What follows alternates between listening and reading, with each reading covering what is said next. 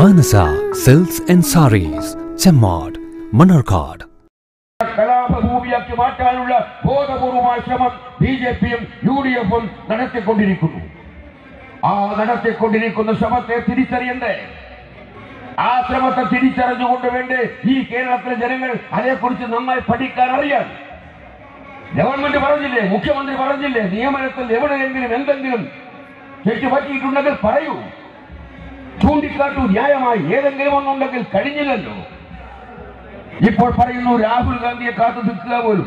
ഈ തിരുവനന്തപുരത്തെ സമരപ്പന്തലൊന്ന് പൊളിക്കാൻ രാഹുൽ ഗാന്ധി വന്ന് ഈ പറഞ്ഞ അതിനകത്തിരിക്കുന്ന നിരാഹാരക്കാരെ ചേർത്ത് പിടിച്ചാൽ, അതിന്റെ ചിത്രം പ്രസിദ്ധീകരിച്ചാൽ മാത്രമേ ഈ സമരം അവസാനിക്കൂ എന്നാണ് ഏറ്റവും ഒടുവിൽ പറഞ്ഞു കേൾക്കുന്നത്. അറിയില്ല.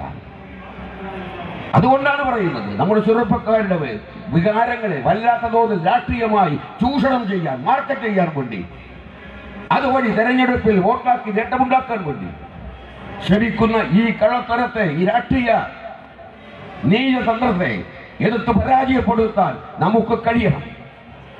എത്ര സിനിമാ നടന്മാർ പിഷാരടി വന്നു പോലും, ധർമ്മജൻ ബോൾഗാട്ടി വന്നു പോലും, ആരെയൊക്കെയാണ് തപ്പിക്കൊണ്ടുവരുന്നത്? ജനജീവിതത്തിന്റെ യാതൊരു ബന്ധവുമില്ലാത്ത, എന്താണ് മനുഷ്യ ജീവിതമെന്ന് കണ്ടിട്ടില്ലാത്ത, കലയുടെ പിറകിൽ പോയി അതിന്റെ പിറകിലുണ്ടാക്കുന്ന കാശ് കൊണ്ട് സുഖവാസം നടത്തുന്ന കുറെ ആളുകളെ തപ്പിപ്പിടിച്ചു കൊണ്ടുവന്ന്, ഇവനാണ് അരിയില്ലാത്ത, തുണിയില്ലാത്ത, മരുന്നില്ലാത്ത മനുഷ്യന്റെ വേദന മാറ്റാൻ കഴിയുന്നവൻ ഈ പിഷാരടിയും ഈ ധർമ്മജൻ ബോൾഗാട്ടിയുമാണെങ്കിൽ പിന്നെ എന്ത് ഉലക്കാ നമ്മളെല്ലാം രാഷ്ട്രീയം വന്നു നടക്കുന്നത്?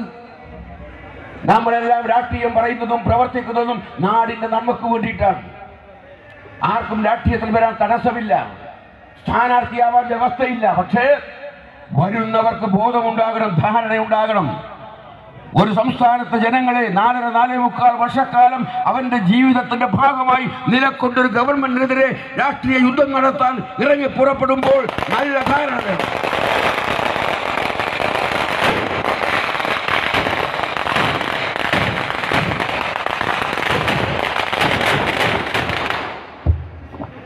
പ്രിയമുള്ള സുഹൃത്തുക്കളെ, ജാഥ ക്യാപ്റ്റൻ ഈ വേദിയിലേക്ക് കടന്നു വരികയാണ്.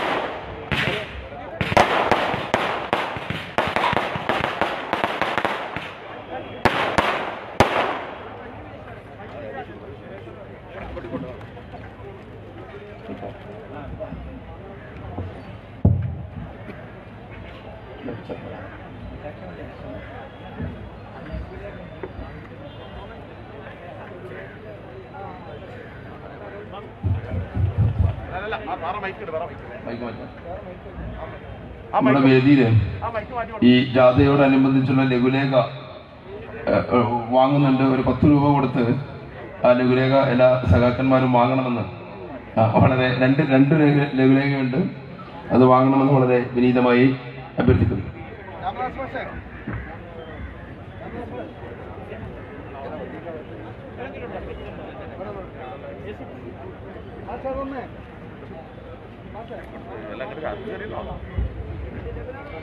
പ്രിയമുള്ള സുഹൃത്തുക്കളെ, ജാഥ ക്യാപ്റ്റന്റെ പ്രഭാഷണത്തിന് മുന്നേ ഒരു 2 പ്രോഗ്രാമുണ്ട്. പരപ്പനങ്ങാടി മുനിസിപ്പാലിറ്റിയിലെ അല്ലെങ്കിൽ തിരുവനങ്ങാടി നിയോജക മണ്ഡലത്തിൻ്റെ ഏറ്റവും മികച്ച ഒരു യുവ കർഷകൻ, ഇടതുപക്ഷ സഹയാത്രികനായ ജയ്സൻ, 100 ഏക്കറോളം കൃഷിഭൂമി പാട്ടത്തിനും ലീസിനും എടുത്തുകൊണ്ട് കൃഷി ചെയ്യുന്ന കർഷകൻ, 10,000-ലധികം വാഴകളും 40-ലധികം കന്നുകാലികളുള്ള അല്ലെങ്കിൽ പശുക്കളുള്ള ഫാമുമെല്ലാം നടത്തുന്ന കർഷകൻ. ഈ പ്രാവശ്യം ആ കർഷകനെ ആദരിക്കേണ്ടി വരും എന്നുള്ളൊരു കാരണത്താൽ പരപ്പനങ്ങാടിലെ UDFന്റെ നഗരസഭ കൃഷി വകുപ്പിന്റെ അങ്ങനെ കർഷകരെ ആദരിക്കുന്ന ഒരു പരിപാടി പോലും ഇല്ലാതാക്കിക്കൊണ്ട് ഉള്ളൊരു സംഭവം, നിർഭാഗ്യകരമായ ഒരു സംഭവം ഉണ്ടായിട്ടുണ്ട്. ആ മാതൃകാ കർഷകനെ ഈ സദസ്സിൽ ബഹുമാന്യനായ ജാഥ ക്യാപ്റ്റൻ ആദരിക്കുകയാണ്. ആ ആദരവ് ഏറ്റുവാങ്ങുന്നതിന് വേണ്ടി ജയ്സലിനെയും നൽകുന്നതിന് വേണ്ടി ബഹുമാന്യനായ കമ്മ്യൂണിസ്റ്റ് പാർട്ടി CPM-ന്റെ സെക്രട്ടറി ചുമതലയുള്ള ജാഥ ക്യാപ്റ്റൻ സഖാവ് വിജയരാഘവൻ സഖാവിനെയും ക്ഷണിച്ചു.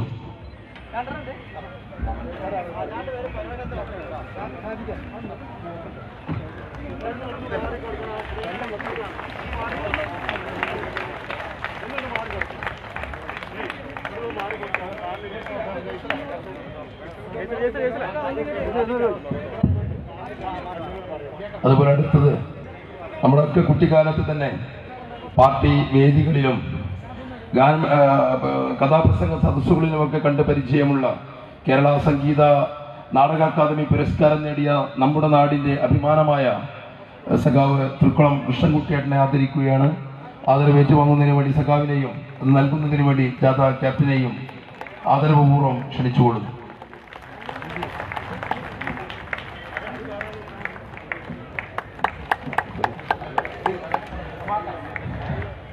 INL-ന്റെ മലപ്പുറം ജില്ലാ കമ്മിറ്റി ജാഥ ക്യാപ്റ്റനെ ആദരിക്കുകയാണ്. ജാഥ ക്യാപ്റ്റന് മൊമെന്റ് കൊടുക്കുന്നതിന് വേണ്ടി INL നേതാക്കളെയും ജാഥ ക്യാപ്റ്റനെയും ആദരവോടുകൂടി ക്ഷണിച്ചുകൊള്ളുന്നു.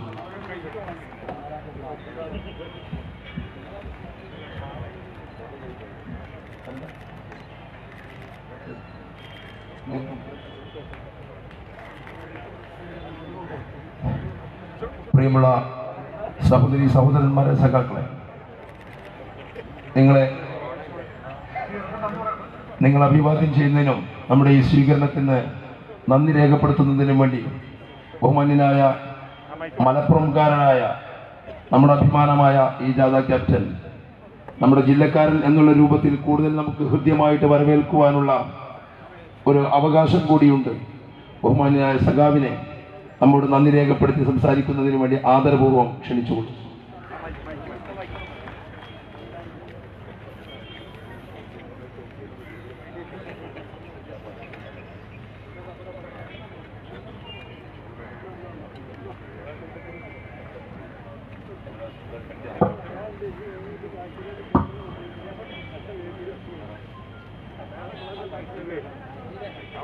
പത്രക്കാർക്ക് തടസ്സമുണ്ടാകുന്ന രൂപത്തിൽ നിങ്ങൾ എടുക്കരുത്. പത്രക്കാർക്ക് തടസ്സമുണ്ടാകുന്ന രൂപത്തിൽ എടുക്കരുത്.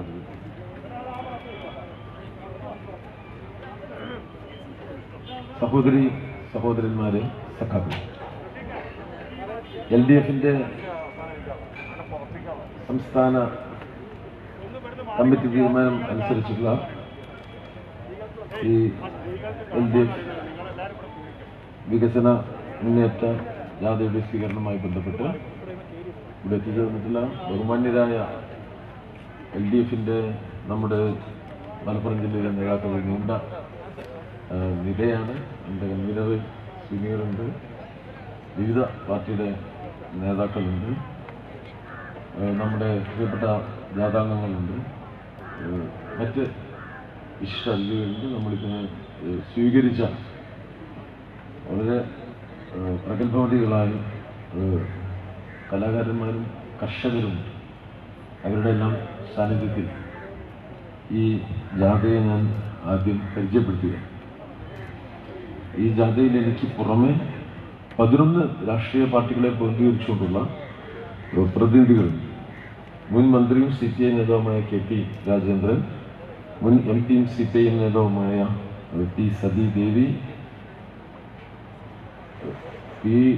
PT Jose, Kerala Congress M.K. Lohia Janata Dal, TK Rajan NCP, Babu Gopinath Congress S, KP Mohanan LJD, Jose Chemperi Kerala Congress B, Kasim Irikkur INL, Binoy Joseph Kerala Congress കരയോഗഭാഗം, അഡ്വക്കേറ്റ് AJ ജോസഫ് ജനാധിപത്യ കേരള കോൺഗ്രസ്.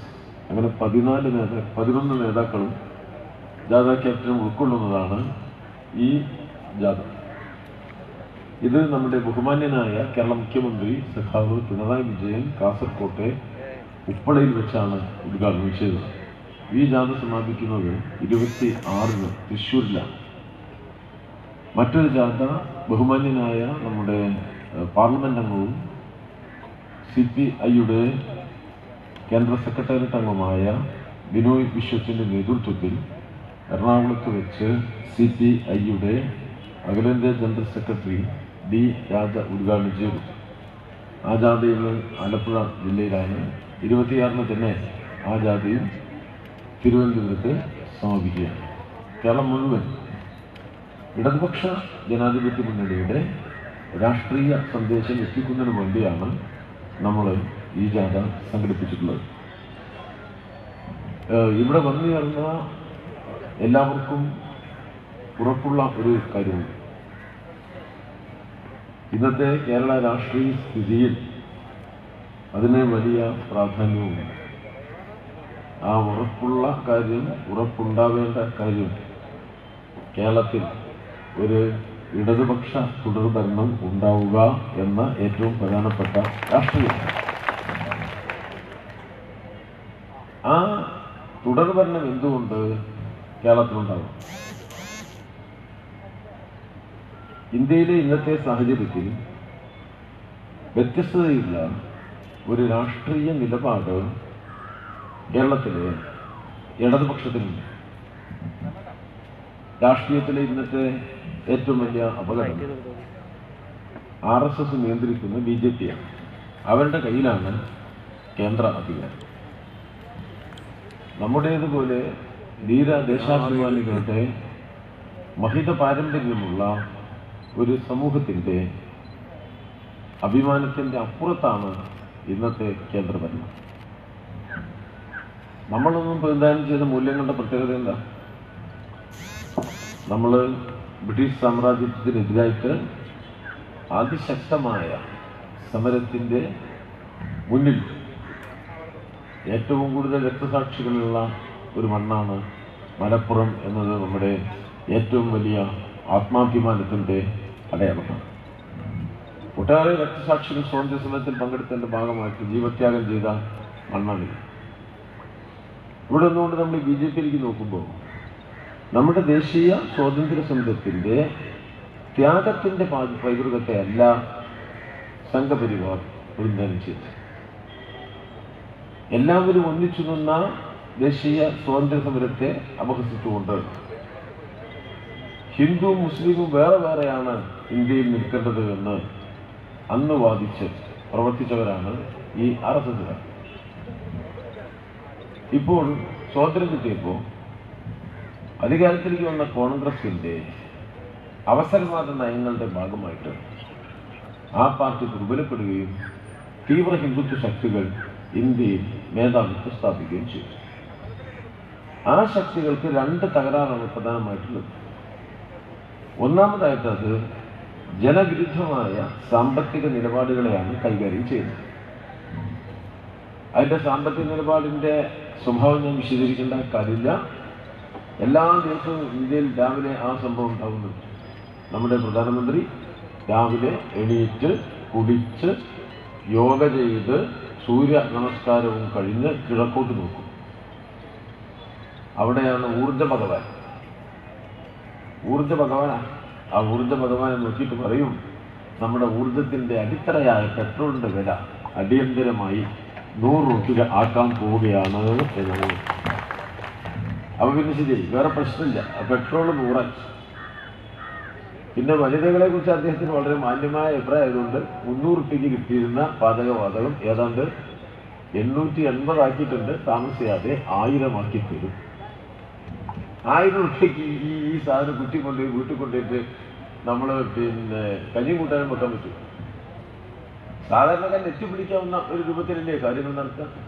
കാറ് വാങ്ങാൻ ലോൺ എടുക്കാം, പെട്രോൾ അടിക്കാൻ ലോൺ എടുക്കാൻ പറ്റുമോ? നരേന്ദ്രമോദി വരെ പെട്രോൾ അടിക്കാൻ ലോൺ എടുത്തോന്നു. അങ്ങനെ ജീവിതത്തിൽ കിട്ടുന്നത് മുഴുവൻ നമ്മുടെ പോക്കറ്റിലിട്ടാൽ ഒരു കൈ എപ്പോഴും നമ്മുടെ പോക്കറ്റിൽ വെച്ച ഒരാളാണ് കേന്ദ്രത്തിലെ ആ ഗവൺമെൻറ്. പോക്കറ്റിൽ വല്ലതും വന്നാൽ അപ്പം തന്നെ അവരെടുക്കും. നമ്മളെ പോക്കറ്റ് കാലിയാക്കാൻ അവിടെ ഒരു കേന്ദ്ര ഗവൺമെൻറ്റാണ്. അതൊരു സാമ്പത്തിക നയമാണ്. ഇവർ നാനാവിധത്തിലുള്ള വിലക്കയറ്റവും സാമൂഹ്യ പ്രശ്നങ്ങളും ഈ പെട്രോൾ വിലവർദ്ധന ഉണ്ടാക്കുന്നുണ്ട്. എന്നാൽ കോടീശ്വരന്മാർക്ക് വല്ല വിഷമമുണ്ടോ? ഇപ്പം ഇന്ത്യയിൽ പണ്ട് ഉണ്ടായിരുന്ന ദേശസാൽകൃത ബാങ്കുകളെ 17-നെ 27-നെ 13 ആക്കി വരും. ഇനിയിപ്പോൾ 4 ആക്കാൻ പോകും. 4 ആക്കി കഴിഞ്ഞാൽ അത് പൂർണ്ണമായി സ്വകാര്യ മുതലാളിമാർക്ക് കൊടുക്കും. ഇന്ത്യയിലെ പൊതുമേഖലാ വ്യവസായ സ്ഥാപനങ്ങൾ പ്രതിരോധ മേഖലയിലെ ദശലക്ഷക്കണക്കിന് ഉറുപ്പികയുടെ നിക്ഷേപമുള്ള സ്ഥാപനങ്ങൾ. അതൊക്കെ എന്ന് പറഞ്ഞാൽ സ്വന്തമായി സർഫേസ് ടു സർഫേസ് മിസൈൽ ഉണ്ടാക്കുന്ന രാജ്യമാണ് ഇന്ത്യ. സ്വന്തമായിട്ട് പിന്നെ യുദ്ധവിമാനങ്ങൾ ഉണ്ടാക്കുന്ന രാജ്യമാണ് ഇന്ത്യ. സ്വന്തമായിട്ട് അർജുൻ ടാങ്ക് ഉണ്ടാക്കുന്ന രാജ്യമാണ് ഇന്ത്യ. നമ്മുടെ വിദഗ്ധന്മാർ എത്ര മെച്ചപ്പെട്ട യുദ്ധോപകരണങ്ങൾ ഇന്ത്യയുടെ ഓർഡിനൻസ് ഫാക്ടറികൾ ഉണ്ടാക്കുകയാണ്. ഇവിടുത്തെ സ്വകാര്യ ലോറി കമ്പനിക്കാരനേക്കാളും എത്ര മികച്ച ട്രക്കുകളാണ് ഇന്ത്യയുടെ ഓർഡിനൻസ് ഫാക്ടറികൾ ഉണ്ടാക്കിയത്. ദശലക്ഷക്കണക്കിന് കോടിയുടെ നിക്ഷേപമുള്ള ഈ ഓർഡിനൻസ് ഫാക്ടറികളെ സ്വകാര്യവൽക്കരിച്ചു, വിറ്റൊഴിവാക്കി. എല്ലാം മുതലാളിമാർക്ക് വിട്ടുകൊടുക്കുകയാണ്. അവർ ഒരു കടലാസ് കിട്ടിയാൽ അത് ബാങ്കിന് പണയം വെച്ച് 10,000-കണക്കിന് കോടി അടിച്ചു മാറ്റി പോവുക. സാധാരണ മനുഷ്യനോട് പ്രതിബദ്ധതയില്ലാത്ത അതിസമ്പന്നന്റെ താല്പര്യങ്ങൾ മാത്രം സംരക്ഷിക്കുന്ന ജനവിരുദ്ധ നയങ്ങളുമായി മുന്നോട്ട് പോകുന്ന ഇവരുടെ ഈ നിലപാടിനെ കോൺഗ്രസ് എതിർക്കുന്നുണ്ടോ?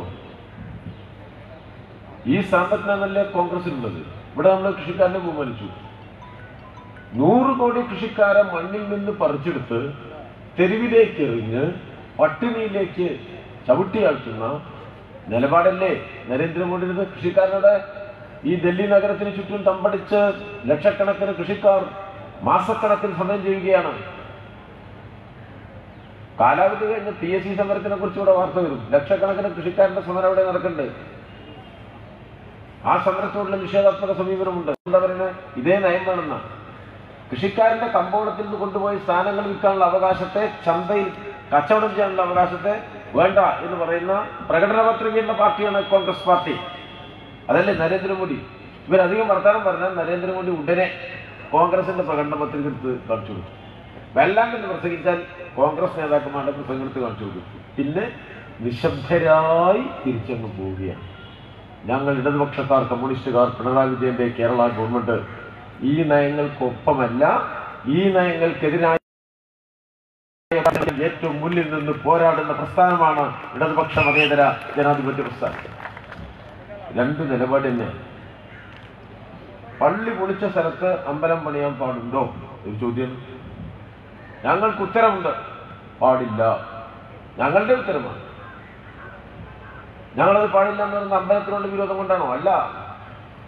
മതന്യൂനപക്ഷമായ മുസ്ലിമിന്റെ മേലെ ഹിന്ദുത്വ ഏകാധിപത്യ ശക്തികളുടെ മേധാവിത്വമാണ് ബാബരി മസ്ജിദ് തച്ച് തകർക്കുമ്പോൾ ഈ നാട് കണ്ടത്. മഹാത്മജിയുടെ കൊലയ്ക്ക് ശേഷം ഈ നാടിൽ ഉണ്ടായ ഏറ്റവും വലിയ വിഷമകരമായ സാമൂഹ്യ അവസ്ഥയാണ്. ഒരു നല്ല ഇന്ത്യക്കാരനും അത് അംഗീകരിക്കാനാവില്ല. ഹിന്ദുവും മുസ്ലിമും ക്രിസ്ത്യാനിയും ഒന്നിച്ചു നിൽക്കുന്ന ഇന്ത്യക്ക് മാത്രമേ നിലനിൽപ്പുള്ളൂ എന്ന തിരിച്ചറിവുള്ളത് കൊണ്ടാണ് ആ കൃത്യതയായ നിലപാട് അഭിമാനപൂർവ്വം ഇടതുപക്ഷം ഉയർത്തിപ്പിടിക്കുന്നത്. ആ നിലപാട് കോൺഗ്രസിനുണ്ടോ? ഇപ്പോ അവിടെ തറക്കല്ലിടാൻ പ്രധാനമന്ത്രി പോയല്ലോ. കോൺഗ്രസിന്റെ പരാതി എന്താ? പ്രധാനമന്ത്രി തറക്കല്ലിടരുത് എന്നല്ല, ആ പരാതി അവർക്കില്ല. പ്രധാനമന്ത്രി തറക്കല്ലിടുമ്പോ ഞങ്ങളെയും കൂടി വിളിക്കണം, അത്രേ ഉള്ളൂ. കല്യാണത്തിന് ഇനിയും കൂടി വിളിക്കാൻ ചില ആൾക്കാരുണ്ട്. അളിയന്റെ കല്യാണമായിരുന്നു, എന്നെ വിളിച്ചില്ല എന്ന് പരാതി പറയുന്ന ചില അളിയന്മാരും നമ്മുടെ നാട്ടിൽ. ഏതാണ്ട് അതുപോലെ കോൺഗ്രസ് ഞങ്ങളെ വിളിച്ചില്ല, വിളിച്ചാൽ അപ്പുറം റെഡി ആയിട്ട് എന്നിട്ട് മോഡി ഒരു കല്ലിടുമ്പോൾ പ്രിയങ്കയുടെ ഒരു കല്ലപ്പുറത്ത്, നമ്മുടെ രാഹുൽ ഗാന്ധിയുടെ കല്ലിക്ക് അപ്പുറത്ത്, പിന്നെ കോൺഗ്രസ് നേതാക്കന്മാർ ഓരോ കല്ലും കൂടി ഉണ്ട് വെച്ചാൽ അമ്പലം പണിയാവും. ഇതല്ലേ ഈ നിലപാടെടുത്തിട്ടുള്ള ആൾക്കാരല്ലേ ഉമ്മൻചാണ്ടി, ചെന്നിത്തലയും കോൺഗ്രസും? അവരെ ഒപ്പം നിൽക്കുന്നവരും പിന്തുണക്കുന്നവരും ആലോചിച്ചാൽ അവർക്ക് നല്ലത്. ഞങ്ങൾക്ക് നിലപാടുണ്ട്, ഞങ്ങളതിൻ്റെ കൂടെയല്ല. ഞങ്ങള് രാജ്യത്തെ മതനിരപേക്ഷതയുടെ കൂടെയാണ്. കോൺഗ്രസ്സുകാർ വെള്ളി കൊണ്ടുള്ള ഇഷ്ടിക ചാക്കിലാക്കി കൊണ്ടേ കൊടുക്കും. മോഡി അന്തം മുട്ടു. മോഡിന്റെ ഇഷ്ടിക വെറും ഇഷ്ടിക, മണ്ണോടുള്ള ഇഷ്ടിക. കോൺഗ്രസിന്റെ ഇഷ്ടിക വെള്ളിയോടുള്ള ഇഷ്ടിക. അപ്പൊ ആരാണ് വലിയ രാമഭക്തൻ എന്നാ മത്സരം? മണ്ണാണോ വെള്ളിയാണോ? നിങ്ങൾ ആലോചിച്ചാൽ മതി. അപ്പൊ എന്താ സ്ഥിതി? ഈ രാമഭക്തി യഥാർത്ഥത്തിൽ രാമഭക്തിയാണ്, അതോ ഹിന്ദുത്വ രീതിശാസ്ത്രമാണ്? ഇതാണ് നാട്ടിൽ നടക്കുന്നത്. ഇപ്പൊ ഇവിടെ സംഘപരിവാർ ഒരു പടവും കൂടി കടന്നു. എന്താ അവര് പറഞ്ഞ? അവര് പറയുന്നു ഞങ്ങള് കോവിഡ് ഒന്ന് കഴിഞ്ഞിട്ട് ആ കുത്തിവെപ്പിട്ട് കുറച്ച് വാക്സിനേഷൻ കഴിയട്ടെ, അത് കഴിഞ്ഞാല് ഞങ്ങള് ഇന്ത്യയിലെ പൗരത്വ ഭേദഗതി നിയമം നടപ്പിലാക്കും, രജിസ്റ്റർ ഉണ്ടാക്കും, ദേശീയ പൗരത്വ രജിസ്റ്റർ. ബിജെപി നമ്മള് ഇടതുപക്ഷം എന്താ നിലപാട്? ഈ ജാഥ ഉദ്ഘാടനം ചെയ്തുകൊണ്ട് നമ്മുടെ മുഖ്യമന്ത്രി പറഞ്ഞു കോവിഡ് കഴിഞ്ഞാലും വേണ്ടില്ല, കഴിഞ്ഞില്ലെങ്കിലും വേണ്ടില്ല, വേഗം കഴിയട്ടെ എന്നാണ് നമ്മുടെ താല്പര്യം. പക്ഷേ അമിത്ഷാ ആ നിയമവുമായി പുറപ്പെട്ടാൽ ആ നിയമം ഈ കേരളത്തിൽ നടപ്പിലാക്കില്ല എന്ന് നിശ്ചയദാർഢ്യത്തോടു കൂടി ഈ ജാഥയുടെ ഉദ്ഘാടനത്തിൽ പിണറായി പറഞ്ഞു. നമ്മളിപ്പോ ചെമ്മാടുന്ന് തിരുനങ്ങാടിക്ക് മുമ്പ് 2 ആൾക്കാരെ വഴി കെട്ടി. എന്താ വിശേഷം? ഞങ്ങളെ പൗരത്വം പോയി മിച്ചു കുടിക്കുക. അല്ലെങ്കിൽ ആലോചിക്കും, നമ്മളാണ് നടന്നു പോകുമ്പോഴാണ് പൗരത്വം പോയ 2 ആളിങ്ങനെ എത്തുന്നു. ഇവിടെ ജനിച്ചതാക്കാ ബാപ്പ ഇവിടെയാണ്, വല്യപ്പ ഇവിടെ തന്നെ, പൗരത്വം അമീഷ എടുത്തോണ്ട് പോയണ്ടല്ലോ. ഈ നാട് സമ്മതിക്കില്ല എന്ന കാര്യത്തിൽ ഒരു സംശയം ഉണ്ടാവണ്ട. ഇവരെ പ്രതിരോധിക്കാനേ മറ്റേ ഈ UDF തികയൂലട്ടോ. ഇവർക്കെതിരായ പോരാട്ടത്തിൽ കരുത്ത് കാണിച്ച ഒരു പ്രസ്ഥാനം ഈ നാട്ടിലുണ്ട്. അത് ഇടതുപക്ഷ മതേതര ജനാധിപത്യ പ്രസ്ഥാനം. ആ പ്രസ്ഥാനമാണ് കേരളത്തിൽ ഇന്ന് അധികാരത്തിലിരിക്കുന്നത്. നരേന്ദ്രമോദിക്കും അമിത്ഷായ്ക്കും ഒരു ബുദ്ധിമുട്ടുണ്ടായാൽ സഹായിക്കാനുള്ള ആളാരാ? വേണ്ടല്ലോ, നമ്മളെ ബുദ്ധിമുട്ട് സഹായിക്കുന്ന ആൾ വേണ്ടോ? അതിനവർ കുറച്ച് ആൾക്കാരെ കണ്ടിട്ട് പിടിച്ചിട്ട് ബുദ്ധിമുട്ടുമ്പോൾ സഹായിക്കും. ഇപ്പൊ പോണ്ടിച്ചേരിയില് BJPക്ക് ഒരു ഗവൺമെന്റ് ഉണ്ടാക്കാൻ വലിയ ബുദ്ധിമുട്ട്. അപ്പൊ ഒരു 5 MLA കിട്ടും. ആരാ കൊടുത്തത്? നമ്മളെ കോൺഗ്രസ്.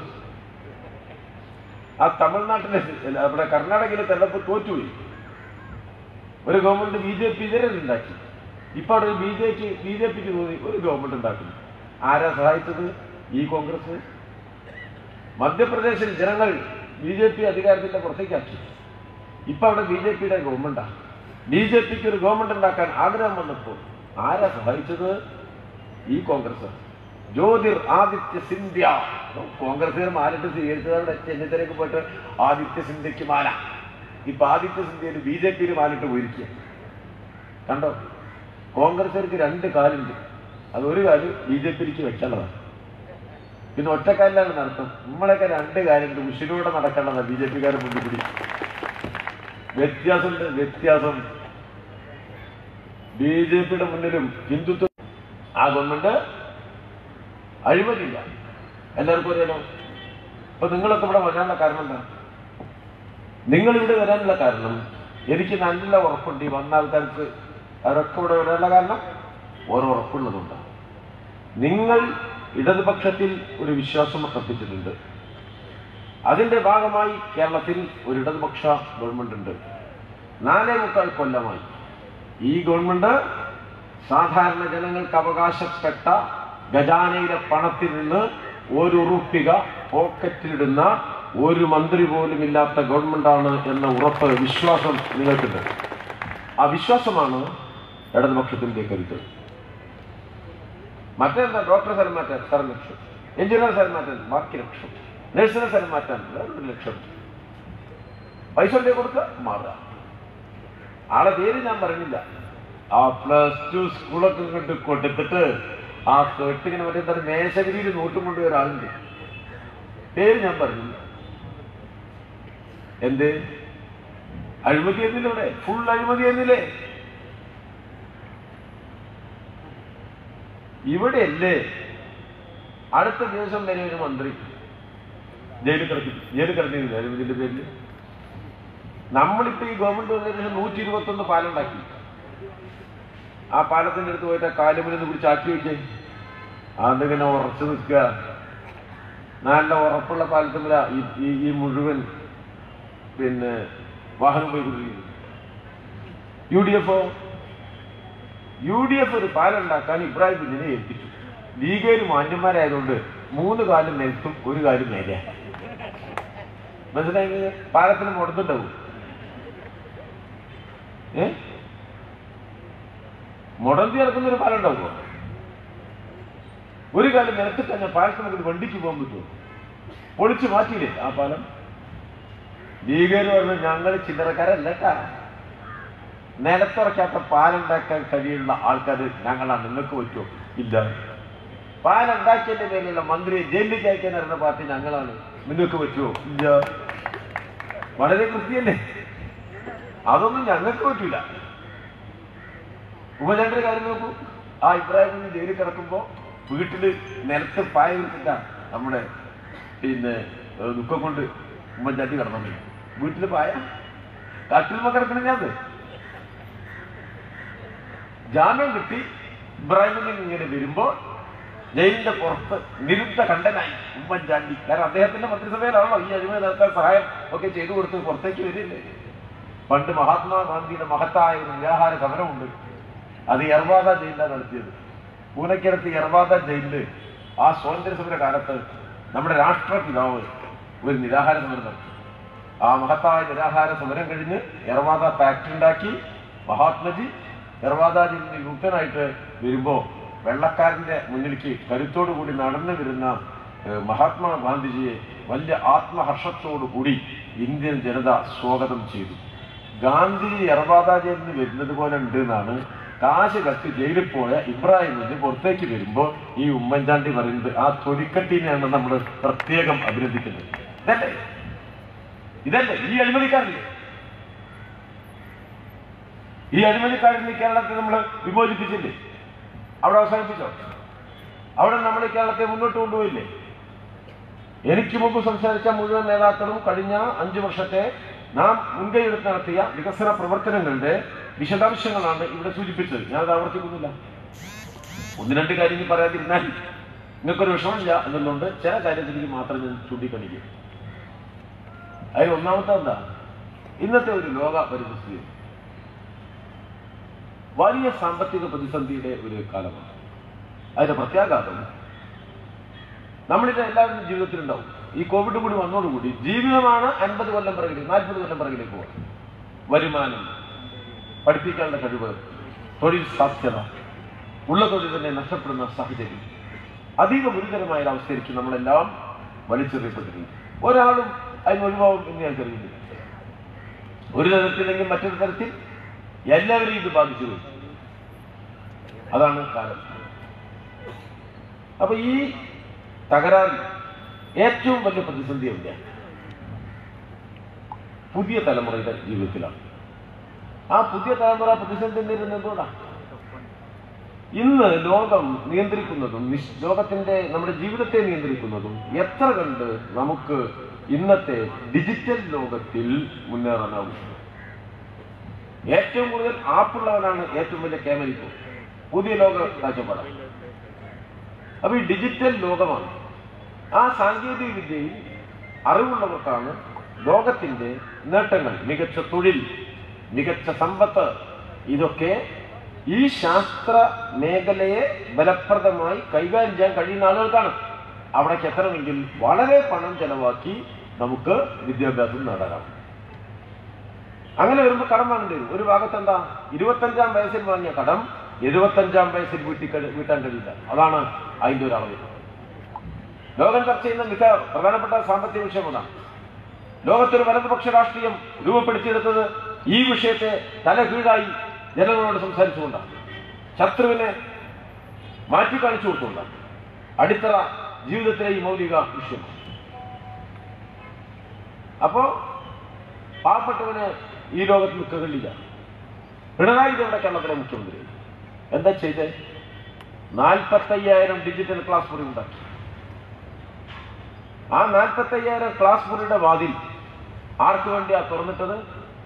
കർഷക തൊഴിലാളി രാമൻകുട്ടിയേട്ടന്റെ മകൻ 5-ാമത്തെ വയസ്സിൽ ഒരു സ്കൂളിലേക്ക് വരുമ്പോ മാഷ് ആ കുട്ടിയെ കൈപിടിച്ച് ക്ലാസ്സിലേക്ക് കൊണ്ടുപോകും. ഞാനും പോയിട്ടുണ്ട്. എന്നെ ഒരു കന്യാസ്ത്രീ കൈ പിടിച്ച് അങ്ങോട്ട് കൊണ്ടുപോയി. ഒരു സ്ലേറ്റും ഒരു പെൻസിലും ഒരു തൂക്കത്തറും വന്നു കഞ്ഞി പിടിക്കാനാണ്. അത് വെച്ച് ഞാൻ അവിടെ ഇരുന്നു. ഇപ്പൊ അങ്ങനെയല്ല. രാമൻകുട്ടിയുടെ കുട്ടീനെ ഇങ്ങനെ കൊണ്ടുപോയിട്ട് ആ ബെഞ്ചിനെ ഇങ്ങനെ ഇരുത്തിയിട്ട് അരമണിക്കൂർ കഴിയുമ്പോൾ അവനെ കൂട്ടി നേരെ ഡിജിറ്റൽ ക്ലാസ് മുറിയിൽ കൊണ്ടുപോയി വലത് കൈയിന്റെ ചൂണ്ടുവിരലിട്ട് കമ്പ്യൂട്ടറിന്റെ മൗസിൽ തൊടുവിക്കും. അപ്പൊ തൊട്ട് മുമ്പിലെ ആ നമ്മുടെ സ്ക്രീനിൽ കമ്പ്യൂട്ടർ സ്ക്രീനിൽ വരാൻ പോകുന്ന ലോകത്തിന്റെ വാതിലങ്ങ് തുറന്നു കൊടുക്കും. ചവിട്ടി കയറി മുന്നോട്ട് പോ എന്ന് ഈ പിഞ്ചോമനയോട് 5-ാം വയസ്സിൽ പറയുകയാണ്. ലോകത്തോട് മത്സരിച്ചു പോകുമ്പോൾ മലയാളി തോൽക്കാൻ പാടില്ല എന്ന നിലപാടിൽ നിന്നുകൊണ്ടാണ് ഇടതുപക്ഷ ജനാധിപത്യ മുന്നണി അതിന്റെ വിദ്യാഭ്യാസ നയം രൂപപ്പെടുത്തിയെടുത്തത്. മഹാമാരിയുടെ മുന്നിൽ ഈ ലോകം വിറങ്ങലിച്ചു നിന്നപ്പോ ഒരാൾ പോലും ചികിത്സ കിട്ടാതിരിക്കില്ല എന്നുറപ്പിച്ച ലോകത്തിലെ ഏക സ്ഥലത്തിന്റെ നാഥന്റെ പേരാണ് സഖാവ് പിണറായി വിജയൻ. വ്യത്യസ്തതയുള്ള നിലപാടുകളാണ്. അതാണ് നിലപാടുകളുടെ പ്രത്യേകത. കൃഷി കർഷകനെ അവിടെ മണ്ണിൽ നിന്ന് പറിച്ചെറിയുമ്പോൾ ഇവിടെ 40,000 ഹെക്ടർ സ്ഥലത്ത് പുതുതായി കൃഷിക്കാരൻ കൃഷി ചെയ്തുകൊണ്ടിരിക്കുക. ആ കൃഷിക്കാരന്റെ പാടത്ത് വെള്ളം കെട്ടി നിന്നാൽ ആ വെള്ളത്തിന് ഡിവിഡൻഡ് കൊടുക്കുക കൃഷിക്കാരന്. നമ്മൾ ഈ ഗവൺമെന്റ് വേറൊരു സമീപനമാണ്. കേന്ദ്ര ഗവൺമെന്റ് കൊടുക്കുന്നതിനേക്കാൾ 40% അധികം കൃഷിക്കാരന് ഭക്ഷ്യധാന്യങ്ങൾ വാങ്ങുമ്പോൾ സബ്സിഡി അധികമായി നൽകുകയാണ് കേരളത്തിലെ ഇടതുപക്ഷ ജനാധിപത്യ മുന്നണി ഗവൺമെന്റ്. വ്യത്യസ്തതയുള്ള വീക്ഷണമാണ്. പെൺകുട്ടികളുടെ പ്രത്യേകത എന്താ? ഈ കേരളത്തിൽ ലോകത്ത് എവിടെയും ഇല്ലാത്ത ഒരു പ്രത്യേകതയുണ്ട് നമ്മുടെ ഈ കേരളത്തിൽ. അത് പെൺകുട്ടികളുടെ വിദ്യാഭ്യാസത്തിലുണ്ടായ വലിയ മുന്നേറ്റമാണ്. ഞങ്ങൾ ഇടതുപക്ഷം ഈ കേരളത്തിലുണ്ടാക്കിയ സാമൂഹ്യ പരിഷ്കരണ നിയമങ്ങളുടെ ഭാഗമായി ധാരാളം വിദ്യാലയങ്ങൾ തുറന്നു. ഞാനൊക്കെ കുട്ടിയാകുമ്പോൾ അധികം മുസ്ലിം പെൺകുട്ടികളും 8-ാം ക്ലാസ്സിലോ 7-ാം ക്ലാസ്സിലോ 10-ാം ക്ലാസ്സിലോ ഒക്കെ പഠനം അവസാനിപ്പിക്കും. ഞാൻ മുതിർന്നപ്പോൾ എൻ്റെ ഭാര്യ പഠിപ്പിക്കുന്ന കോളേജിൽ ഒരു പെൺകുട്ടിയായിരുന്നു. ആ പെൺകുട്ടി 10ാം തരം പരീക്ഷയിൽ ആദ്യമായി 1ാം റാങ്ക് നേടിയ ഒരു പെൺകുട്ടിയായിരുന്നു. ആദ്യത്തെ മുസ്ലിം പെൺകുട്ടി അസ്മാബി. ഇന്ന് ലോകത്ത് ജീവിക്കുന്ന മലയാളികളിൽ ഏറ്റവും കൂടുതൽ ശമ്പളം വാങ്ങുന്ന ഒരു പെൺകുട്ടിയാണ് അവർ. എന്തൊരു അഭിമാനമാണ് നമുക്ക്. നമ്മുടെ പെൺകുട്ടികൾ, നമ്മുടെ വനിതകൾ കോളേജുകളിൽ 60% പേർ, സർവകലാശാല ഗവേഷണത്തിൽ 70% പേർ. ലോകത്ത് പെൺകുട്ടികൾക്ക് ഇത്രയേറെ മികച്ച വിദ്യാഭ്യാസം കിട്ടുന്ന വേറൊരു നാടില്ല. 957 ഏപ്രിൽ മാസം 5-ന് ചെങ്കുടി കെട്ടി അധികാരത്തിലേക്ക് വന്ന EMS നമ്പൂതിരിപ്പാട് തുടങ്ങി വെച്ച പ്രവർത്തനങ്ങളുടെ മേന്മ ജനം അനുഭവിച്ചറിയുന്ന നാടിന്റെ പേരാണ് കേരളം എന്നത്. അത് അഭിമാനത്തിന്റെ നാടാണ്. ഇപ്പോഴോ സഖാവ് പിണറായി നോക്കി ധാരാളം കുട്ടികൾ കോളേജിലൊക്കെ പോയി പഠിച്ചത് നന്നായി. വലിയ ഡിഗ്രികളാണ്. Graduation, post graduation, MSc degree chemistry. കുട്ടി അമ്മ അടുക്കളയിൽ ഇങ്ങനെ കുട്ടികളെ തൊട്ടില്ലിട്ട് എന്നിട്ട് അടുക്കളയിൽ കയറിയിട്ട് ഭക്ഷണം പാകം ചെയ്യാം. ഡിഗ്രി കെമിസ്ട്രിയിലാണ്. കെമിസ്ട്രിന്റെ മലയാളം എന്താ? രസതന്ത്രം എന്നാണ്. നമ്മൾ ഈ വീട്ടമ്മയായ വിദ്യാസമ്പന്ന ചെയ്യണത് എന്താ? അടുക്കളയിൽ രസം ഉണ്ടാക്കാൻ. രസതന്ത്രത്തിൽ പോസ്റ്റ് ഗ്രാജുവേഷൻ. അതുകൊണ്ട് ആ പോസ്റ്റ് ഗ്രാജുവേഷൻ ഉപയോഗിച്ചിട്ട് അടുക്കളയിൽ രസം ഉണ്ടാക്കുക. അതിന്റെ അപ്പുറത്തുണ്ട് എഞ്ചിനീയറിംഗിന് ഡിഗ്രി 3 അടുപ്പുകല്ല് വെച്ചിട്ട് അതിന്റെ മേലെ പാത്രം വെക്കുന്ന എഞ്ചിനീയറിംഗ് ആണ് അവിടെ. ഇങ്ങനെ വിടാൻ പറ്റും. നമ്മുടെ ഗവൺമെന്റ് ഇപ്പൊ ആലോചിച്ചെന്താ? എന്താ ഈ ഗവൺമെന്റിന്റെ ബഡ്ജറ്റിൽ സഖാവ് പിണറായി ഐസക് വ്യക്തമാക്കിയതും പിണറായി നയം വ്യക്തമാക്കിയതും?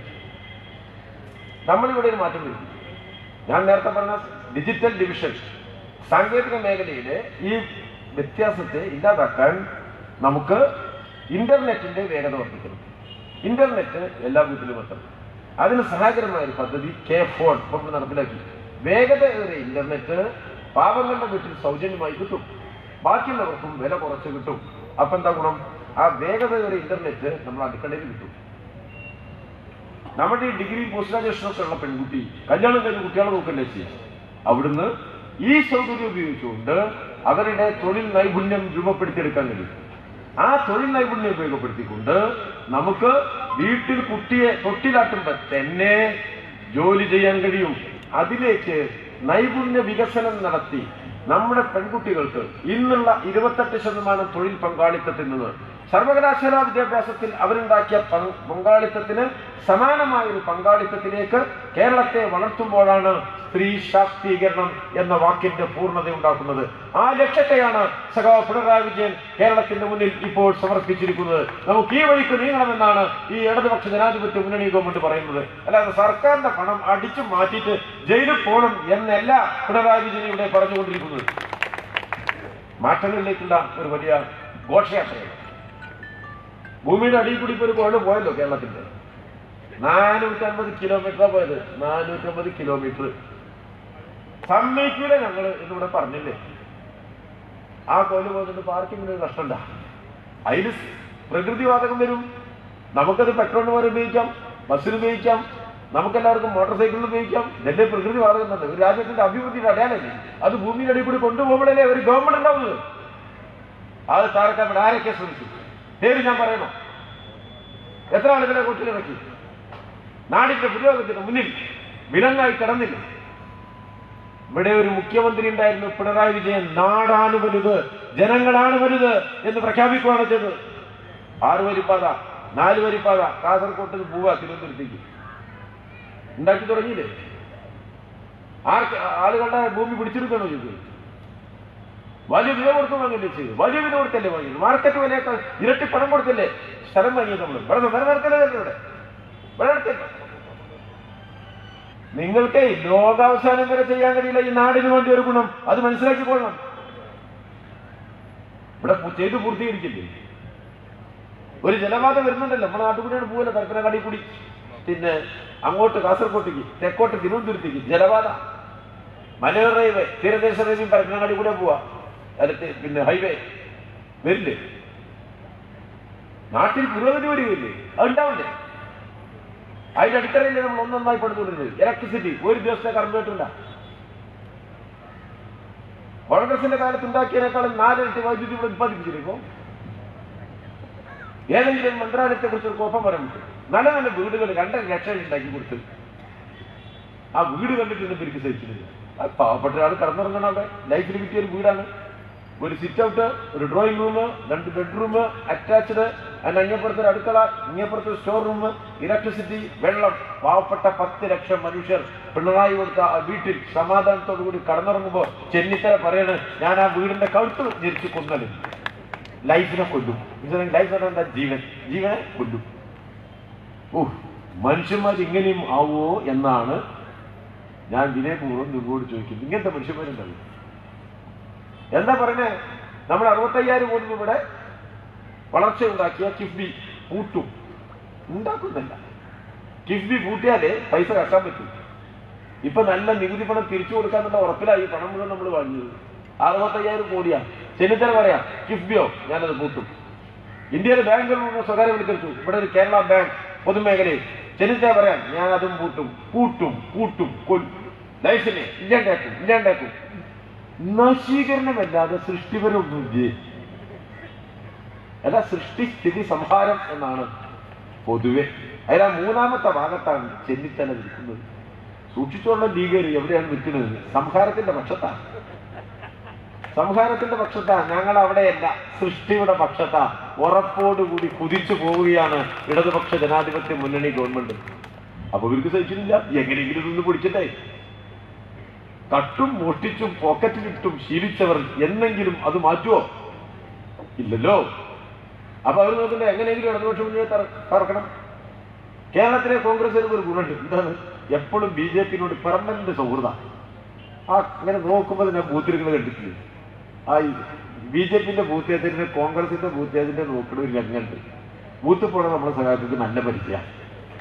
ആദാന പ്രധാനം എന്നാണ് എനിക്ക് സംസ്കൃതത്തിൽ പറയാം. എന്റെ വോട്ട് അപ്പുറത്തേക്ക് ചെയ്യും, നിന്റെ വോട്ട് ഇങ്ങോട്ട് ചെയ്യും. ബുദ്ധിമുട്ടുണ്ടെങ്കിൽ പറഞ്ഞാൽ മതി, വോട്ട് അങ്ങോട്ട് തരാം. നാട്ടു നടപ്പായിട്ട് ഇവിടെ നടക്കുക ഈ BJP-കാരെ കൂടെ ഈ കോൺഗ്രസ് ഇവിടെ നടക്കില്ല സ്ഥിരമായിട്ട്. ഇപ്പൊ നമ്മുടെ ഗവൺമെന്റ് നന്നായിട്ട് വർക്ക് ചെയ്യുന്നത്. അപ്പോ ഈ ഗവൺമെന്റ് ഇങ്ങനെ മുന്നോട്ട് പോയാൽ പറ്റുമോ? അവിടെ BJP ആലോചിക്കില്ലേ?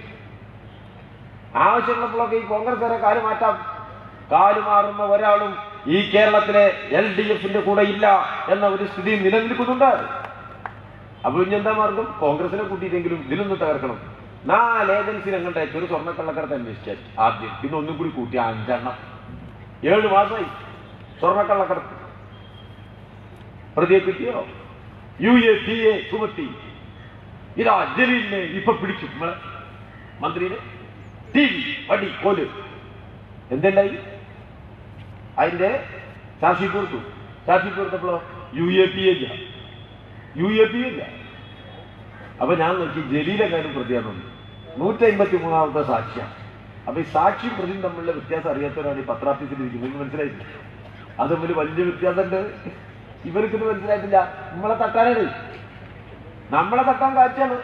ഒരു 6 മാസത്തെ കഠിനാധ്വാനം. നമ്മളെ പേപ്പറിലുള്ള നല്ല സുഹൃത്തുക്കൾ നല്ല കുപ്പായും നല്ല സാരിയും നല്ല വസ്ത്രമൊക്കെ ഇങ്ങനെ ധരിച്ചിട്ട് നല്ല കുപ്പായിട്ടാൽ നല്ല നുണ പറയും എന്നെനിക്ക് മനസ്സിലായത് കേരളത്തിലെ ആ TV ഇങ്ങനെ കണ്ടപ്പോഴാണ്. വൈകുന്നേരം കണ്ട ഉറപ്പാ. ആൾക്കാർ വിചാരിച്ചെന്തായാലും ഇതൊക്കെ നാട്ടുകാർ വിശ്വസിക്കുന്ന. 5 ഏജൻസി അവിടെ പോകുന്നുണ്ട്. ED, CBI, NIA, നമ്മുടെ customs, controller and auditor general. 5 agency. പിന്നെ ഇവര് കുറച്ച് ആൾക്കാർ. വൈകുന്നേരം 6 മാസത്തെ അധ്വാനം. പിന്നെ ചെന്നിത്തല പ്ലസ് BJP കൂട്ടണം, ലീഗ് കൂട്ടണം, ജമാഅത്തെ ഇസ്ലാമി സമം മാർക്സിസ്റ്റ് പാർട്ടി ഇവിടെ ഉണ്ടാവില്ല. നിങ്ങൾ പഠിച്ച സ്കൂളിൽ നിന്നല്ല ജനം കണക്ക് പിടിച്ചത് എന്നുള്ള കാര്യം മനസ്സിലാക്കിക്കോണം. ഇത് കേരള സംസ്ഥാനമാണ്. ഇപ്പൊ എന്ത് സംഭവിച്ചു?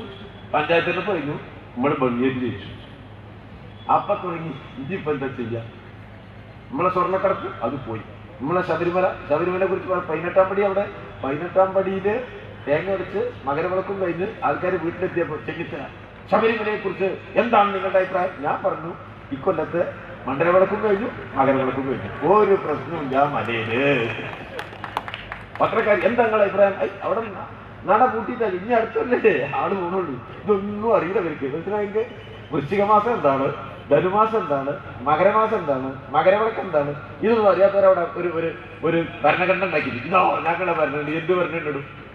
നിങ്ങൾ കോൺഗ്രസ് തട്ടിപ്പിന് ഓഫീസ് ഉണ്ടാക്കിയിട്ട് അതിന്റെ പേരാണ് KPCC. മനസ്സിലായോ? നാട്ടുകാർക്ക് കാര്യം മനസ്സിലായിരുന്ന കാര്യങ്ങൾ മനസ്സിലായിക്കൊള്ളു. അത് പോയി. അപ്പൊ ഇനിയിപ്പോ PSC റാങ്ക് ലിസ്റ്റ് കാലാവധി കഴിഞ്ഞാൽ അതിനെടുക്കാൻ പറ്റുമെന്നാണ്. ലോകത്ത് എവിടെയും പറ്റുമോ? ചെന്നിത്തല ഒരു തെങ്ങുമ്പ കയറുന്നത്, അതിന് മേപ്പിട്ട് നോക്കണ്ട്. തല പോയ തെങ്ങുമ്പ കയറുന്നതാണ് ഞാൻ ആദ്യമായിട്ട് കണ്ടത്. ഈ മുദ്രാവാക്യം ചെന്നിത്തല പറഞ്ഞപ്പോൾ ഞെട്ടിപ്പോയി. ഇങ്ങനെ ഒരാളാണോ കേരളത്തിലെ പ്രതിപക്ഷ നേതാവ്? അറിയില്ല. ഒത്തിരി വിവരില്ല. കാലാഹരണപ്പെട്ട ഒരു റാങ്ക് ലിസ്റ്റിൽ നിന്ന് ആളെടുക്കാൻ പറ്റൂല. നിയമാണത്. എന്നാൽ ഇപ്പൊ കഴിഞ്ഞ 6 മാസമായി കഴിഞ്ഞിട്ട് അതിന്റെ പിന്നിൽ അപ്ലിക്കേഷൻ കൊടുത്ത് 63 ലക്ഷം അപ്ലിക്കേഷൻ കൊടുത്ത് അങ്ങേപ്പുറത്ത് നിൽക്കുക ഒരു PSC ടെസ്റ്റ് എഴുതാൻ. ഇതൊന്ന് കാലാവധി കഴിഞ്ഞാലേ അവർക്ക് ഒരു പരീക്ഷയ്ക്ക് എഴുതാൻ പറ്റുള്ളൂ. 63 ലക്ഷം ആൾക്ക്. ചെന്നിത്തല ഇല്ലാതെ വിടവിട്ട് നാട്ടിലിറങ്ങി നാട്ടിൽ നടക്കുമോ? എന്തെങ്കിലും നല്ല കാര്യം പറയണ്ടേ? ആ വെള്ളം പൊന്തി ഇവിടെ മനുഷ്യൻ വെള്ളത്തിന് മുങ്ങാം, ഒരു പൈസ കൊടുക്കരുതിട്ടാണ് ചെന്നിത്തല. നമ്മളെ നാട്ടിൽ ഇങ്ങനത്തെ നമ്മളെ നാട്ടിൽ ഉപ്പ് വയ്ക്കുന്ന ഒരു വർത്താനുണ്ട് നമ്മുടെ നാട്ടിൽ. ആ പഴഞ്ചൊല്ലി ഞാൻ പറയുന്നില്ല. എതിർത്തില്ലേ? പ്രകൃതി ദുരന്തം വന്നു, ഒന്നും കൊടുക്കരുത്, നാശിച്ചു പോട്ടെ. വിദേശത്ത് നിന്ന് പണം സഹായം തന്നപ്പോ നരേന്ദ്രമോദി നിരസിച്ചു, ഒരു പ്രതിഷേധം രേഖപ്പെടുത്തുക. ഇങ്ങനെയാണോ തീരുമാനം? ഇതാണ് ജനം പരിശോധിച്ചിരിക്കുന്നത്. നിങ്ങളുടെ ജാതി ഒക്കെ വിനാശ കേരള യാത്രയാണ് ഇപ്പോൾ നടത്തിക്കൊണ്ടിരിക്കുന്നത്. നാട്ടുകാരെ മനസ്സിലാക്കിയിട്ടുണ്ട്. ഏറ്റവും അവസാനം നിങ്ങൾ ഈ ഉദ്യോഗാർത്ഥികളെ മുന്നിൽ വെച്ച് അതിനപ്പുറത്ത് ഒരു പന്തലും കെട്ടി 2 യൂത്ത് കോൺഗ്രസിൽ ഇരിക്കലേ അതിനെ കൊണ്ട് അപ്പുറത്തേക്ക് ഇങ്ങനെ പന്തലൊക്കെ കെട്ടിച്ച് അവിടേക്ക് ചെന്നിത്തല അവിടേക്ക് ഉമ്മൻചാണ്ടി ഇങ്ങനെ ചെന്നിങ്ങനെ നിൽക്കുകയാണ്. ഇപ്പൊ ശരിയാക്കാം അങ്ങനെ പണ്ടൊരാൾ പറഞ്ഞിട്ടുണ്ട്. അയാളുടെ പേര് ഞാൻ പറയുന്നില്ല. ആലോചിച്ചു. എന്ത് അക്രമം ഉണ്ടാക്കാനാ? അക്രമ സമരങ്ങളാണ് ഇവിടെ കഴിഞ്ഞ കുറച്ച് ദിവസം നടന്നത്. ചോരപ്പുഴ ഒഴുക്കാനാ? തെരഞ്ഞെടുപ്പിലേക്ക് പോകുമ്പോ ഈ ഇപ്പോഴുണ്ടാക്കിയ കൂട്ടുകെട്ടുകൊണ്ട് നിൽക്കത്തല്ലില്ല. രാഷ്ട്രീയമായ ഒരു ഉത്തരം ജനങ്ങളുടെ മുന്നിൽ, ചോദ്യങ്ങളുടെ മുന്നിൽ വെക്കാൻ UDF കഴിയുന്നില്ല. ഞങ്ങൾ ചോദിച്ചു ഈ BJP കൂട്ടുകെട്ടില്ലല്ലോ നിങ്ങൾക്ക് ഇവിടെ. കേന്ദ്ര ഏജൻസി വന്നല്ലേ? ഞങ്ങൾ നിങ്ങൾക്ക് എന്തായി കേന്ദ്ര ഏജൻസിയെ കുറിച്ചുള്ള അഭിപ്രായം? സോണിയാഗാന്ധി AICC പ്രസിഡന്റ് പറഞ്ഞു ഇത് അപകടകാരികളാണ്, അത് രാഷ്ട്രീയ ആവശ്യത്തിന് ഉപയോഗിക്കുന്നതാണ്. നമ്മുടെ ചെന്നിത്തല ചോദിച്ചു, അല്ല സോണിയാഗാന്ധി ഇങ്ങനെ പറഞ്ഞിട്ടുണ്ടല്ലോ. ചെന്നിത്തല പറഞ്ഞു, ഞാൻ വായിച്ചിട്ടില്ല. ചെന്നിത്തല സോണിയാഗാന്ധി എഴുതിയാ വായിക്കൂല, നരേന്ദ്രമോദി എഴുതിയ അപ്പൊ തന്നെ കാണാപ്പാടം പിടിക്കും. എന്താ നമ്മൾ ചെയ്യാ? ഇങ്ങനത്തെ ഒരാളെ കണ്ടാൽ നമ്മൾ എന്ത് ചെയ്യുന്നത്? ഇപ്പതാ നടന്നു.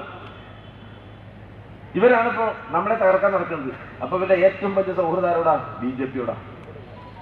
അങ്ങനെ തനിക്ക് ജമാഅത്തെ ഇസ്ലാമിനെ കാണുമ്പോൾ തന്നെ ഒരു ബഹുമാനം. അതൊക്കെ ഉമ്മൻചാണ്ടിക്ക്, ചെന്നിത്തലയ്ക്ക്, ഇവർക്ക്. ഞാൻ ഒരു ചെറിയ ചോദ്യം ചോദിച്ചു.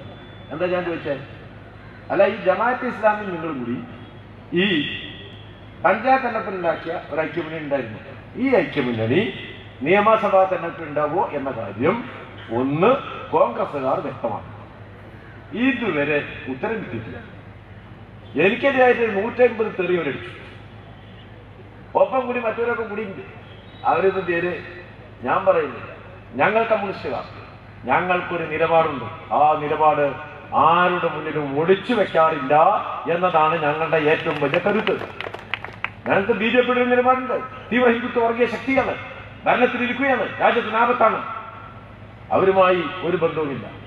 മറുഭാഗത്തൊരു തീവ്രവാദം ഇവിടെ രൂപപ്പെടുത്തിയാൽ, അല്ലെങ്കിൽ മതമൗലികതാവാദം രൂപപ്പെടുത്തിയാൽ, അത്തരം മതമൗലികതാവാദത്തോടും ഞങ്ങൾ കൂട്ടിനില്ല. എന്തായിട്ടാണ് എവിടെയൊരു സംശയം? ഒരു വർഗീയതയ്ക്ക് മറ്റൊരു വർഗീയത പകരമാവില്ല എന്ന് പറഞ്ഞാൽ അതിലെന്താ തെറ്റ്? ഹിന്ദു വർഗീയത കുറച്ച് വല്ല ഭൂരിപക്ഷത്തിന്റെ ഇല്ല. അത് രണ്ടും നമ്മുടെ വ്യത്യാസം നമ്മൾ ചൂണ്ടിക്കാണിക്കുന്നുണ്ട്. അല്ല ഞങ്ങൾക്ക് വർഗീയവാദിയാവാം, നിങ്ങൾ പറയാൻ പാടില്ല. ഏത് ഞങ്ങൾക്ക് ഇത്തിരി വർഗീയവാദമൊക്കെ ആവാട്ടോ, നിങ്ങൾ പറയരുത്, അങ്ങനെ പറയരുത്. അത്രേ ഉള്ളൂ. എന്താ ഞങ്ങൾ ഈ ചോദ്യത്തിന് എന്താ ഉത്തരം പറയാത്തത്? ഇതുവരെ പറഞ്ഞിട്ടുണ്ടോ? കേരളത്തിൽ ഇവരുണ്ടാക്കാൻ ശ്രമിക്കുന്നത് അരാജകത്വമാണ്, അക്രമമാണ്. അക്രമം പ്രോത്സാഹിപ്പിക്കുന്ന നിലപാടാണ് കോൺഗ്രസിന്റെ. അക്രമം പ്രോത്സാഹിപ്പിക്കുകയാണ് നമ്മുടെ ലീഗ്. നരേന്ദ്രമോദിനെ പിടിക്കാൻ പെടുന്നവരാണ് ഡെല്ലിക്കേറ്റ് ലീഗ്. അവിടെ ചെന്നു നരേന്ദ്രമോദിനെ കണ്ടു, അപ്പൊ തന്നെ ഇങ്ങോട്ട് പോയി. നമ്മളെല്ലാം കണ്ടില്ലേ? മോഡിയെ കണ്ടു തിരിച്ചു വരാനാണ് പോയത്. ഇതല്ലേ രാഷ്ട്രീയം? ഞങ്ങളുടേതല്ല, ഒരു നിലപാടാണ്. ആ നിലപാടിൽ കൃത്യതയുണ്ട്, വ്യക്തതയുണ്ട്. പ്രധാനം കേരളത്തിൽ ഇപ്പോൾ ആരംഭിച്ച ഈ വികസന പ്രവർത്തനങ്ങളുടെ തുടർച്ചയാണ്. ഇവരുടെ ആവശ്യം ഈ വികസന പ്രവർത്തനങ്ങളുടെ ഒരു ബദൽ രാഷ്ട്രീയമാണ്. ആ ബദൽ രാഷ്ട്രീയം BJP-ക്കെതിരാണ്. ഈ ബദൽ രാഷ്ട്രീയം കോൺഗ്രസിനെതിരാണ്. നാടിന് വേണ്ടത് ബദൽ രാഷ്ട്രീയമാണ്. ബദൽ രാഷ്ട്രീയമാണ് പിണറായി വിജയൻ ഉയർത്തിപ്പിടിക്കുന്നത്. ഇടതുപക്ഷം അധികാരത്തിൽ വന്നപ്പോഴൊക്കെ ആ ബദൽ നയം ഉയർത്തിപ്പിടിച്ചു. ഈ 4.25 കൊല്ലം വികസനത്തിന്റെ പുതിയ കുതിപ്പുകളിലേക്ക് ഈ നാട് പോയി. ജനങ്ങൾ ഇടതുപക്ഷത്തോടൊപ്പം നിന്നു. നല്ല ആത്മവിശ്വാസത്തോടുകൂടി വരാൻ പോകുന്ന ഒരു കാലത്തെ കേരളത്തിന് അഭിമുഖീകരിക്കാൻ പ്രാപ്തിയുണ്ടാവണമെങ്കിൽ ഈ വികസനങ്ങളുടെ തുടർച്ച വേണം. അതുകൊണ്ട് ചരിത്രത്തിൽ ആദ്യമായി ഏപ്രിൽ മെയ് മാസത്തിൽ നടക്കുന്ന തെരഞ്ഞെടുപ്പിൽ കേരളത്തിൽ ഒരിടതുപക്ഷ തുടർ ഭരണം പിണറായി വിജയന്റെ നേതൃത്വത്തിലുള്ള ഒരു പുതിയ ഗവൺമെന്റ് ഉണ്ടാവുക എന്നതാണ് ഈ നാടിന്റെ രാഷ്ട്രീയം. ആ രാഷ്ട്രീയം നമുക്ക് ഉണ്ടാക്കിയെടുക്കണം. ചരിത്രത്തിലേക്ക് മഹത്തായ ഒരു സംഭാവന ഈ കേരളത്തിന് സമർപ്പിക്കാനാവും. നിങ്ങളുടെ പിന്തുണ ഉണ്ടാവണം, സഹായം ഉണ്ടാവണം എന്ന് വിനയപൂർവ്വം അഭ്യർത്ഥിച്ചുകൊണ്ട് എല്ലാവരെയും അഭിവാദ്യം ചെയ്ത് നന്ദി പ്രകാശിപ്പിച്ച് ഞാൻ എന്റെ വാക്കുകൾ അവസാനിപ്പിക്കുകയാണ്.